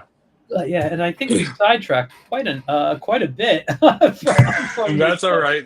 No, it's okay. I always enjoy chatting. We always sidetracked when we had meetings anyway. Yeah. Let's get back to just some character design stuff. I think. Trying to think Okay. of any other questions for you, or we could talk about anything else. Uh, um, no, I did have some questions because I don't want you to give out all your secrets and stuff. I Oh, yeah, like that's that. right. I don't want to give all my secrets. Yeah, you got to pay for that, guys. That's why you got to start your own program like the other people have done. There's a I lot. know. I will say this: I follow a lot of instructors from CGMA, and a lot Yeah. of their Instagram posts are either they've created their own courses or they have teamed up with new companies. I see. Okay. I've Um, actually got, what is it? My friend that I've talked to started his own school with a partner of his, and then he's asked me to be on it and everything, and then so I have a meeting with him tomorrow morning, and then so we'll see if anything happens from that. well, if it does, let me know. I'll share it on my social media for you. I try to Okay. help out all that still, even though I don't get paid anymore, I still try to help out the instructors when I can. I know. Even though I don't get paid anymore, I try to help out as best as I can. Also, Yeah, my it's God. but that's the field. Like one of the things I like that you said about when you taught is that you bring in stuff from what you've learned, not just when you were learning, but what you've learned from being in the industry. Yeah. And that's exactly what I do. I I never keep a secret from my students in the sense of how they can do something or explain to them why I do stuff. I want them to have a full understanding. And if they have a difference of opinion, to say I would approach it differently so I could hear their thoughts Yeah. and stuff. I think that's so important. And I've had jobs that I've worked for that have loved that I do that, and other places are like, no, no, no, no. That's I've actually. I remember being a teaching assistant at a college I was going to, and I was working in the lab, and I was like 19, 20, and I've already worked in the field for a couple of years now, and I remember it was a Photoshop class, Yeah. and I would show them quick key commands, whatever they had to do. I'd like, and they would be like, "Well, the book tells you us to do it this way." I'm like, "It's Photoshop. There's 8 different ways to do the same thing. Here Yeah. is here's the method I've been using, and look at how quick it got done." And I was yelled at by the teacher, Oh actually no. in front of the Okay. students, that Uh-huh. they need to learn how the book tells them to. I said, "Why?" I said, I said I do this every day. When I leave here, I go and if I had to sit there and follow these 12 steps to do something, that a key command can do, why? And Yeah, yeah, yeah, I'm like, exactly. they're going to get more jobs if they understand how to move faster. And Yeah. then and they're like, no, this is what we're supposed. So I'm like, I get it. In my head, I didn't say this because I would have probably been fired and not liked at all.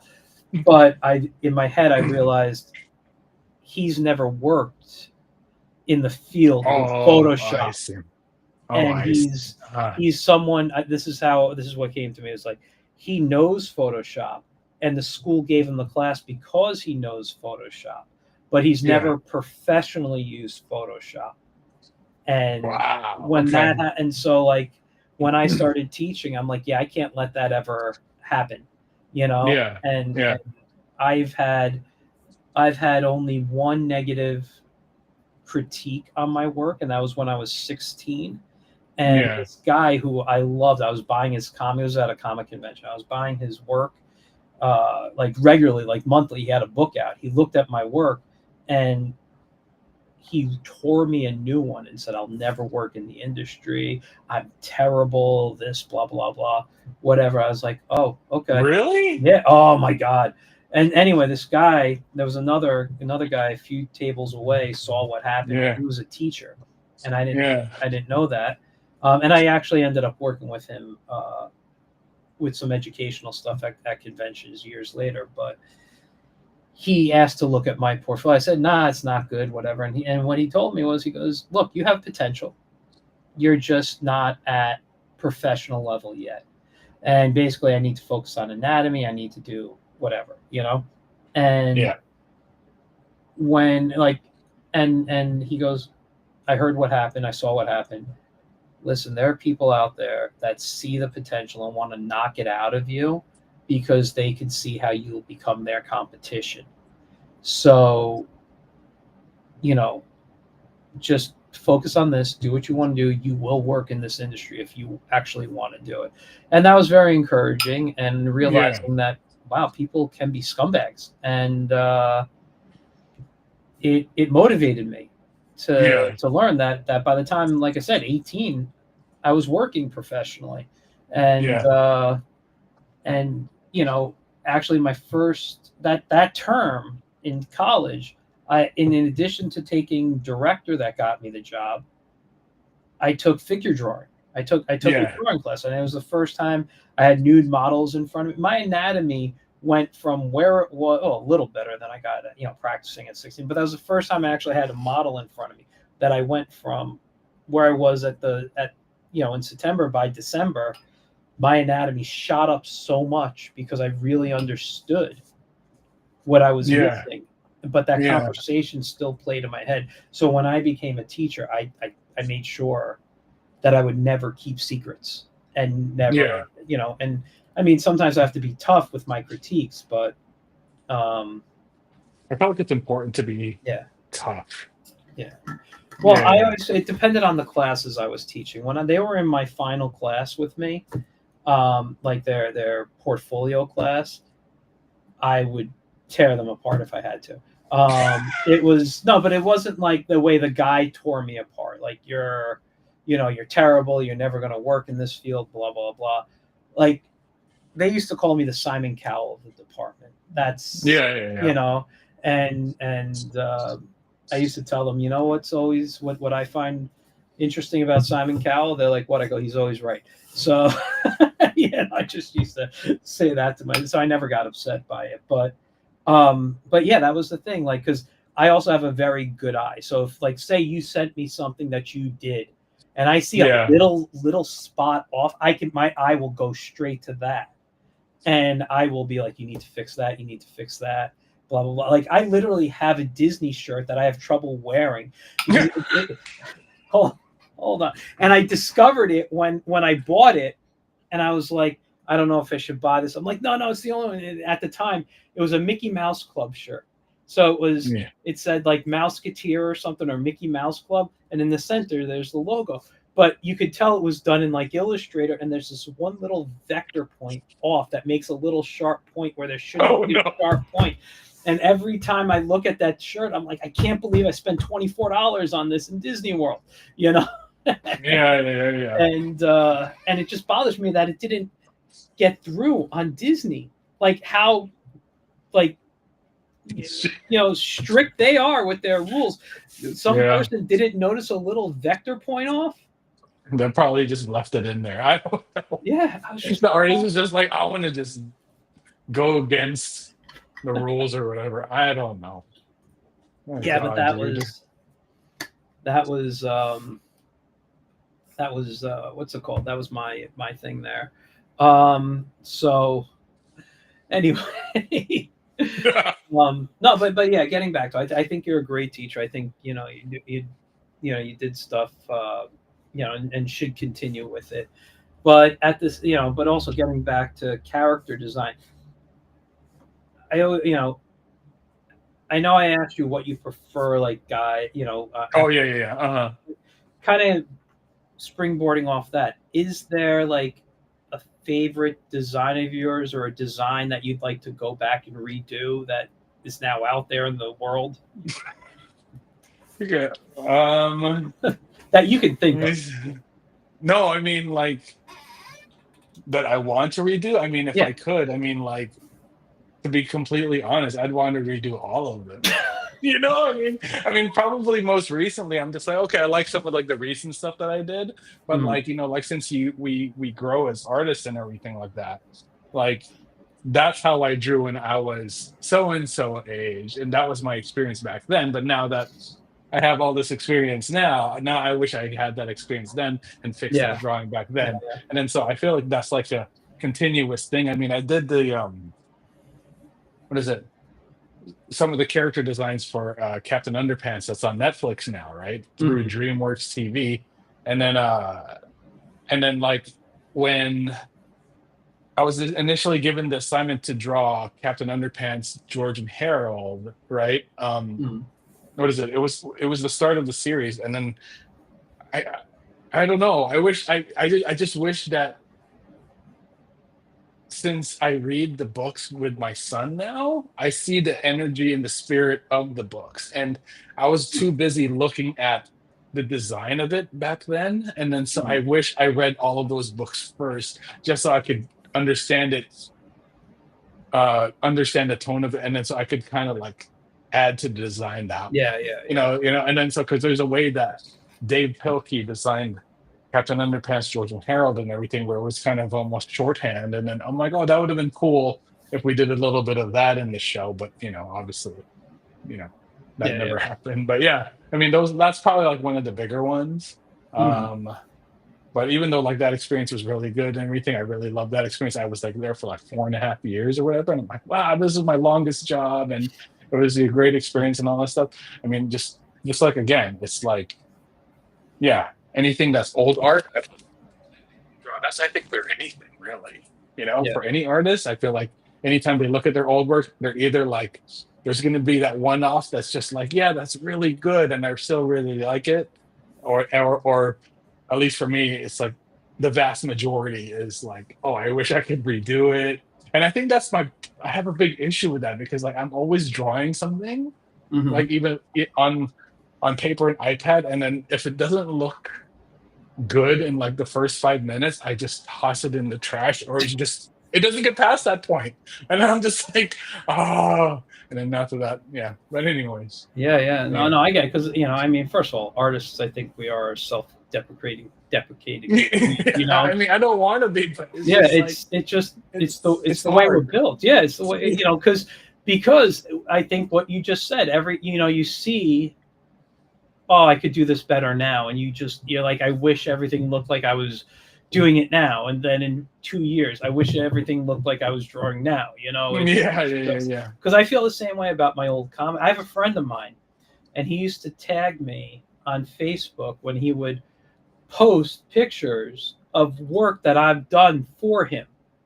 And I'd like, please stop tagging me in there. And he didn't understand why, but it was that reason. It's like, I did that like 3 years ago from you. I don't draw like that anymore, Yeah, yeah, and, yeah, and yeah, I don't want to, if you post, you want to use it, you love it. Awesome. yeah, Use it, yeah. do it. But if I don't have to see it, I'd prefer not looking at. Like, there's nothing outside of one picture in here that I have hanging up that is my actual artwork. Yeah. They're That's it's every just Yeah, it's all it's just inspiration in here. Go ahead. Sorry. yeah, that's what it needs to be. I Yeah. like right now, like obviously all my walls are blank, but I Mhm. want to try to put up some stuff. But Yeah, I mean, I'm just like, yeah, I need to spend more time in this room again, yeah. but I I, I haven't had just the opportunity. I just did a convention this weekend, and usually my rule is if I'm working a show, I don't spend money at a show. Yeah, But yeah, yeah. an artist I've never met but have loved his work for years was there, and I dropped $50 on 3 prints. Yeah. And that's and for you guys, that's Bart Sears. If you guys know who Bart Sears is, out there, and you can buy off his website, because like you can always go on my website and buy it. I backed his Kickstarter for his How to Draw books that were from the stuff he had in Wizard magazine. If you ever read Wizard, I don't know. Bart Sears. Let me see. Can I grab the prints? These are my prints, so his are on the bottom. Hold on. So this is what I spent $50 on, and he autographed all of them for me here. So sorry, just a lot of acetate here. So, I love, like I said, I love fantasy. This is his Oh, that's cool. Yeah. Dinosaur Hunter. This was his Death Dealer that was, based off of Rosetta.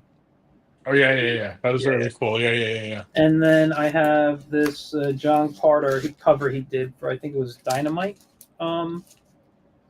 Right there. Oh, that's cool. Yeah. So I'm gonna I need to get another 11x17 frame, and at least one of these are going up somewhere. Yeah. So Black Friday's coming up. Yeah. I love, and I love that style of work. So. Yeah. No, that's really neat. Yeah. Oh my goodness. Yeah, no, he has these great how to draw books. Like he used to, what was it? I think I have them. Do I have them there or in the other spot? Yeah, no, they're right here. Hold on, I'll show you one of them. Oh, I got both. Okay, so this is drawing powerful heroes, brutes, and babes. So he had a section in what's it called? Wizard magazine years ago, and where he would, and this has added stuff in there, and where he would show you, explain the head, and this guy worked on like, I believe he worked on like action figures like G.I. Joe and stuff. Building up the characters, and and when I was a kid, picking up Wizard, this is what I looked at. So now to have all of it here in my collection and be able to flip through it, it's a fantastic fantastic tool. Nice book here. So let me just put these back real quick. All right. So, but yeah. So anyway, I know we keep kind of sidetracking here. No, that's okay. No, I was just looking at the drawings that you were just showing me, and I was like, "Wow, that's really cool." And then, like the books and everything, it reminded me of How to Draw the Marvel Way.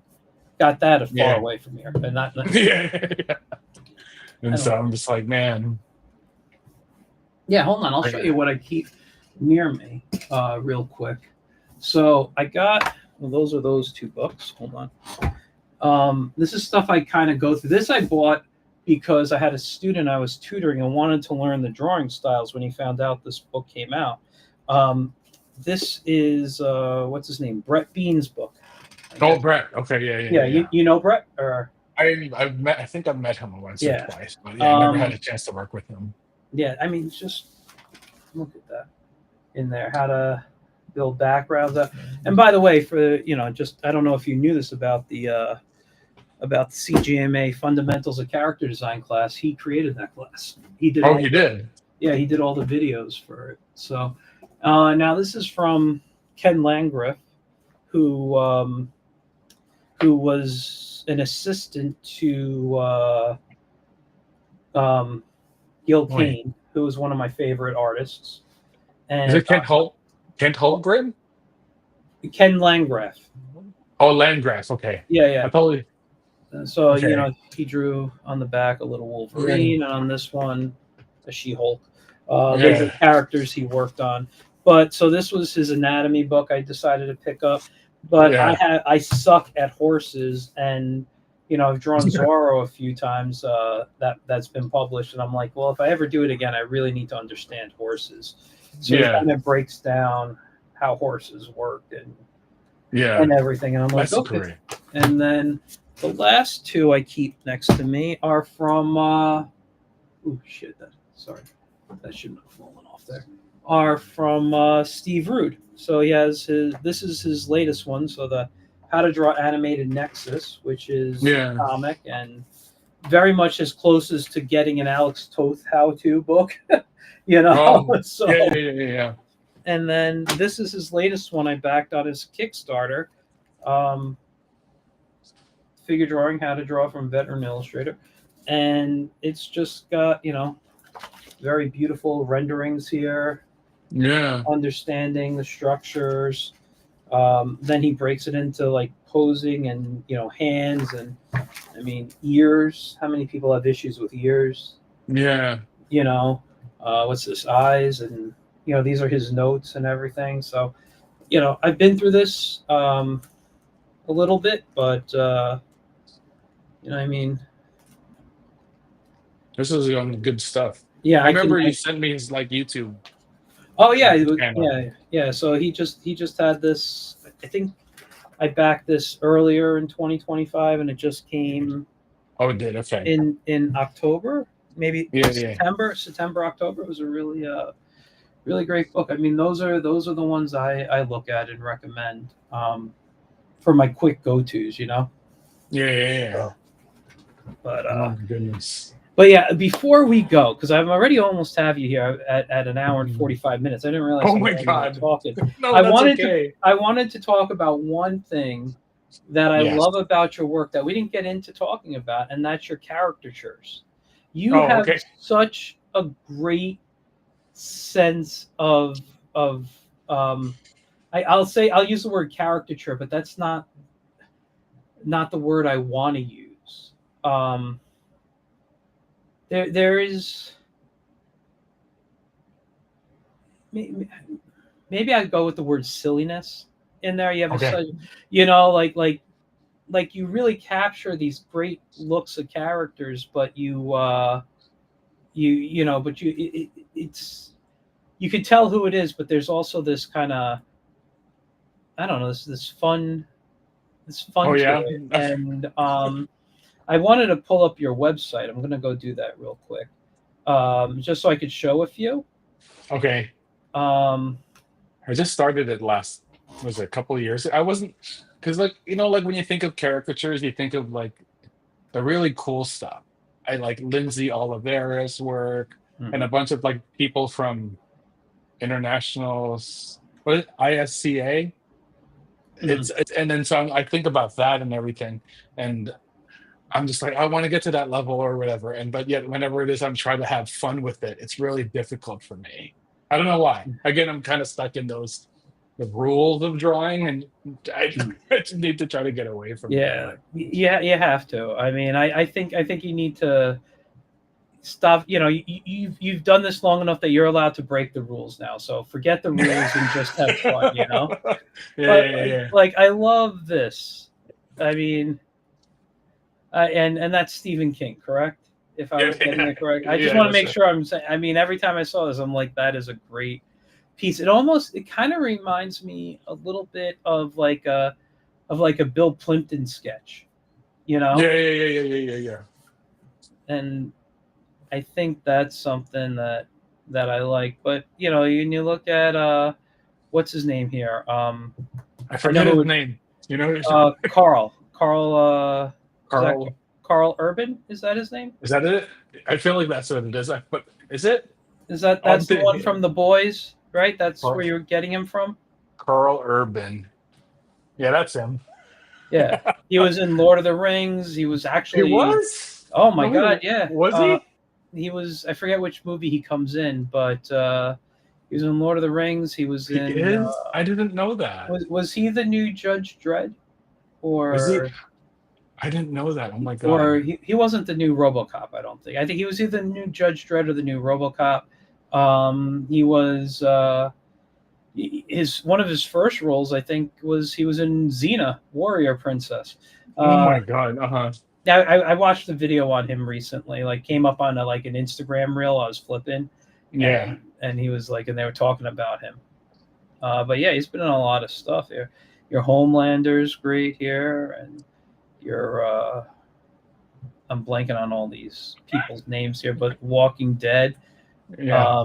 Is this supposed to be Winona Ryder, right? Yeah, it's supposed to be Winona Ryder. Yeah. Okay, no, it looks you got it down, but I mean it's all in her eyes. So like what drew you to character? Because I suck at caricature. What drew you to I wanting was, to do I this mean, I was stuff? doing that. What is it? Caricature challenge, caricature resolution.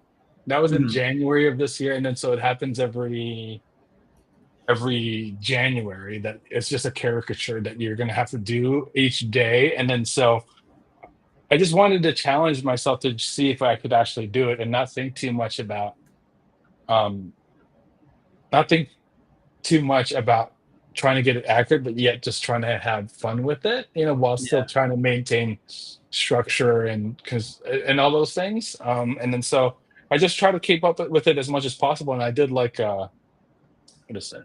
I did like a time lapse on a few of them actually. And then so Mhm. that's like on my Instagram. And then so yeah, those were kind of just it. And then like I remember when I did them, I would start off with like drawing them on paper, then I would take a photo of it on my phone and then import it into the iPad and just start just coloring it that way. But yeah, Okay. it was just kind of just like a challenge that I just wanted to do, just because most of the time I'm just like I want to draw, but I don't know what to draw. And then so this was like one of those good exercises that kind of like allowed me to just push my what is it? Push my the ability to want to learn how to caricature. I'll probably do it again in January, knowing that it's like what is it, a month and a half away again, and then so I'll probably do it again then. But yeah, it's a lot of fun to do. I may have to. I didn't know. Is it like an online thing? Yeah, yeah, Or yeah. It's on Instagram, like caricature resolution. oh, If you do like the hashtag caricature resolution on Instagram, then I think it'll pop up. I'll give it a It should try. pop up. Yeah, yeah, yeah, yeah. And Yeah, then so especially if I'm not still working. You know, a lot of work. yeah, yeah, yeah, I'll yeah. have a caricature a day. I mean, but yeah, I mean these are awesome. Here, I love Thanks, these. man. I love these, and wow, great stuff Yeah, here. thanks, man. Look at that. I mean, some of them I had real trouble with, but it was kind of just like learning how to, what is it? Just finish it and not make it perfect. I think that was kind of like part Yeah. of the exercise, so you could kind of keep up. I did that also kind of like I try to do that with YouTube, right? I'm like, oh, I Mhm. want to do an Inktober a day for 31 days. And I'm like, oh, and this is how I'm going to start my YouTube channel. And I thought it was a really great idea at first. And I'm like, oh, yeah, I could totally do a drawing and then I'll be able to upload it. But like all this editing jargon that I had to learn in the process really threw me off. And then so I'm just like, oh my God. And then so, yeah, I never got past day two. So yes, I admit it. I admit my fault there. And then so Well, I think you should download your Instagram reels and upload them to YouTube with these. You said you have some yeah, I had a few of them. Yeah, few of them. I mean, well, you did them all in Procreate, right, on the iPad. yeah, yeah, yeah, So yeah. they should have all recorded. You can pull it out as a time lapse or an actual video. I think. And just put it up. I mean, I feel so weird. I don't know why. I think it's that imposter syndrome. Oh, Hashtag don't, imposter dude. syndrome. This is the era where, or in the time, I don't like to. We know the industry is in a weird place right now. Yeah, So I think it's time where everyone needs to kind of start, just you know, posting. just yeah, posting, making their own. Um, you know, you got to build your own work. Brand. Yeah, yeah, yeah. Brand, create your own work. You got to do. I think this is the time. This is the era. I mean, when COVID happened, you saw things shut down.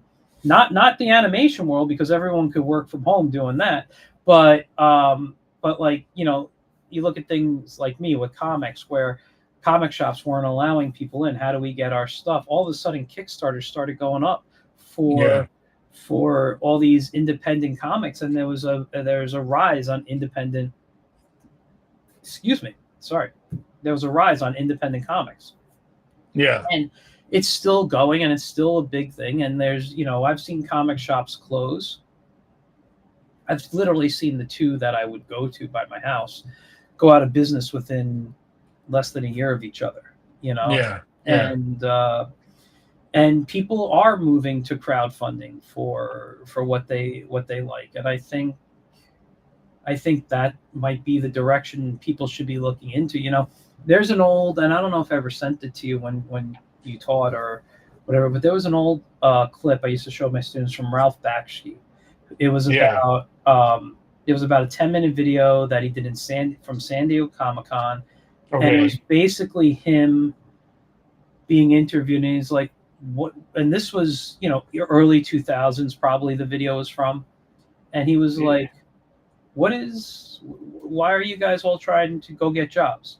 Like, you Yeah. know, he made a joke about you want to wear fancy pants or whatever, but really what it is, he goes, you don't need someone to tell you know how to draw. You know how to draw, and you don't need someone to tell you how to animate. You know how to animate, and you don't need all this equipment. It's in a box now. He goes, Yeah. it sits on your desk. You literally, I mean, now we have it on an iPad and we can go places. But at Yeah. the time, it was everything's in a box. Starve for a year, make a movie, sell it to a studio, which is not really how it works these days. But like, you know, you could have sold, you know, you could put it on DVD at the time when he was saying whatever. And he goes, in a year, you'll be a millionaire. He goes, why do you need people? Just do it yourself, you know? And even though I show that, I always came from a very entrepreneurial spirit. My dad had a few businesses outside. He was a guidance counselor, but he was also a photographer, videographer. He was always doing other things. So I grew Yeah. up with seeing my dad doing some, you know, being an entrepreneur, and I kind of got that spirit out of him. So I was always like, oh, I'll do this. You know, I'm always looking on how to make money differently than just a regular 9 to 5 if I have to. And Yeah. and I think that's the era we're living in now.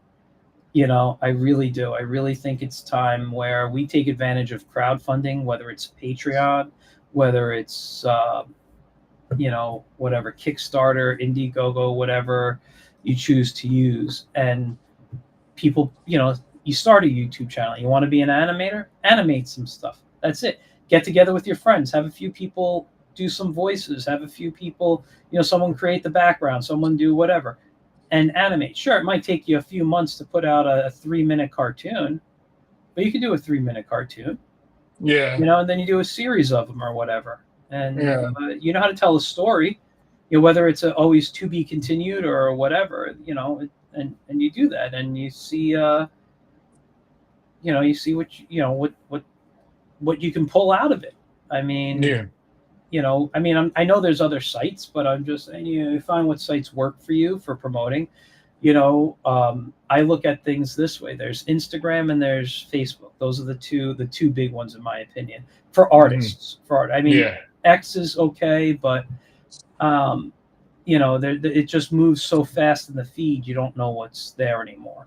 Yeah. But when you look at like Facebook, it started out, it's one of those things where it started out as kids, and now all us old people are on it. And you know, but if that's your audience, then that's where you need to be.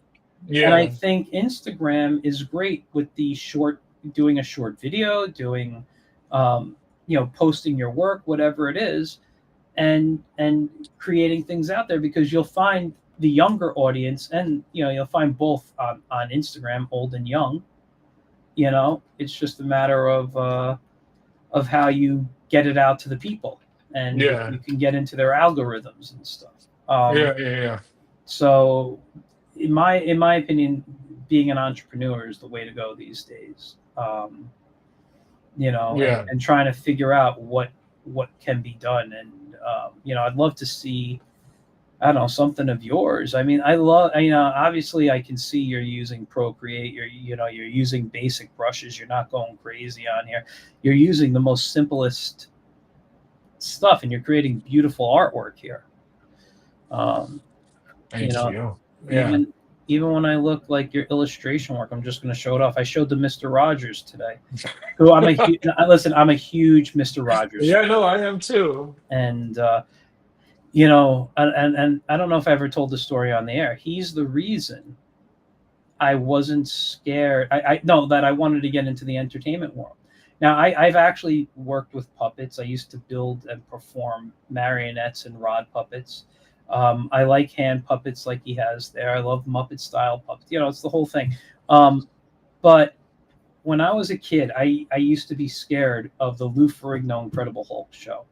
Yeah. And I remember being like 3, 4 years old, and how the camera would like zoom in, or he'd walk and like he'd stretch out his hand like he was coming at you, and Hmm. I would literally hold on to my parents' couch that I was laying on, like he's not going to get me type of thing. Yeah, yeah, yeah. And then Mr. Rogers did an episode where he visited the set of the Incredible Hulk, Oh, he did. Okay. and we saw Lou Ferrigno without his makeup, and we saw how they make it look like he's going to jump out of a plane or something, and whatever it was, and I was like, oh my god, this is all pretend. Yeah, it's all Like pretend. Yeah. TV, it's not. And this was me, like 4 years old, maybe 5. I don't know how old I was, but I was really young, and I remember being like, I want to be able to play make believe my whole life. That's all I Yeah. want to do. And then it turned out that I prefer to do it in comics, But Yeah. um but it's because of him. It's because of his show that I stopped being scared. I'm like, I just want to learn to play, Yeah. you know? Yeah. It's important. Yeah. Yeah, I remember. I just saw a clip of him a couple days ago, and then like he gave like the best advices. Also, the stuff like that, Mhm. people don't think about, but it's always good to hear and things like Yeah. that. Yeah. I was Yeah. recently watching you ever watch those what do you call it, videos where like people react, and like Oh, I was watching like people reacting to Mr. Rogers who aren't from America, so they didn't have Mr. Rogers. yeah, And it was like watching someone from, I think it was Australia and Ireland, and they're like, who the hell is this guy? Like why didn't we get this? This was so yeah, important to just growing up, you yeah, know? And and I was like, yeah, and and you're seeing these people in their 30s now, early 30s watching Mr. Rogers and like crying to yeah, these reactions, and it's like, oh my god, it's so sad, and they're like, but this guy was just great, and then you feel sad because you realize how lucky you are, and then yeah. you got to then go watch people react to Al Bundy comments, and just to make you laugh, because those are great. I'm sorry. I think they're having like a reunion soon. The Married with Children Are they? That'd be cast. cool. Yeah, yeah, yeah, yeah. I don't think it's gonna be like a show. Yeah. I think it was gonna be a panel or something somewhere. I don't know where. Oh, that'd be cool. So I just saw that they were doing that with Everybody Loves Raymond too. They're gonna have like a Oh, really? reunion Okay.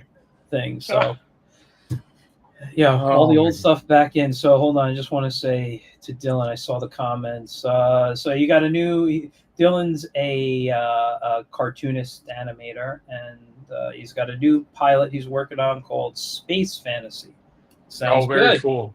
Very cool. When you're done, you got to share this stuff with me. You never share your work with me, Dylan. You got to email it. You can, or just post it somewhere and send me a link. Um, but yeah, so yeah, I don't know if we should Mhm. continue. It's been two I know, right? hours. Yeah, I know. I It's mean, like what time is it there? It's 10 o'clock. Is it no, it's oh, 11 o'clock here it's now, right? 11. Well, listen, I don't mind. I had a show a couple of weeks ago. I did 2 hours and 20 minutes, and then the guy got we ended the stream and we stayed up till 3 a.m. talking.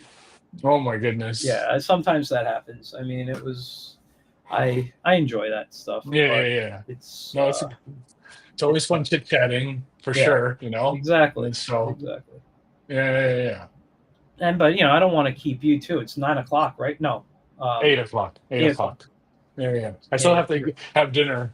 Like we got Oh, Jersey mics. Do you you have have Jersey Jersey. mics? Oh yeah, we got a few here. I think I've only had them once, and that was in Connecticut, I believe, after Okay, okay, okay. Terrificon. Um, Yeah. I was at a show and we were like getting ready to leave the show and we were hungry, so we just grabbed some sandwiches before we left. Isn't Excuse me. what is it? Lobster? Is it called? It's called lobster. Isn't lobster roll popular in Connecticut? The lobster Lobster roll, roll? like from Is it Jersey Mike's, or is it no, no, no, no? no, just Oh, like another place, and like, I don't know. I mean, lobster. I mean, I think, is it lobster roll? and if Am I naming it incorrectly? Is it eh, called that? well, if David is still watching, maybe because he's in the Boston area. I know lobster's popular in Maine. I think crab is Boston. I don't remember if crab is Yeah, Boston or if lobster is. Connecticut might have it too. I don't know. I mean, I know, in but New in New London, Connecticut, I think it's okay, popular there. Yeah, maybe. I don't know. I don't have to look at. Listen, I love a good lobster roll. Yeah, I'm okay. not gonna, and I'm either because people do it two ways. There's either the mayonnaise lobster roll or the butter. Yeah, I like both, but I prefer the butter. yeah, of course. Okay.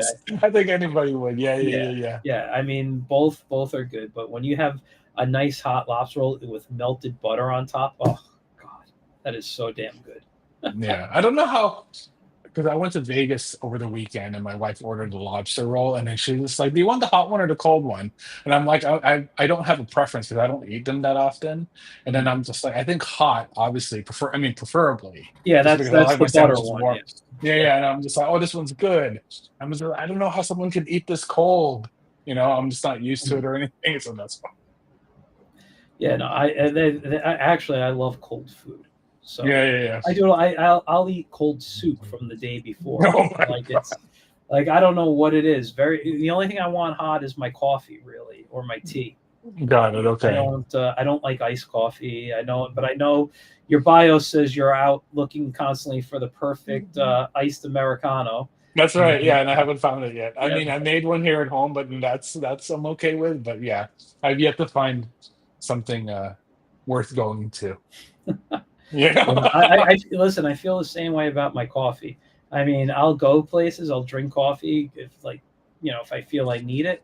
But Yeah. it's the coffee I buy and that I like at home. It's you know, like I drink different Kona blends, and Okay. Okay. I love the flavor of that Yeah. in there. And I know it's only like 10 or 15% Kona, actual Kona coffee, Yeah. but Yeah. Yeah. I want to I like that. I like that flavor. You should go So to Hawaii and have it.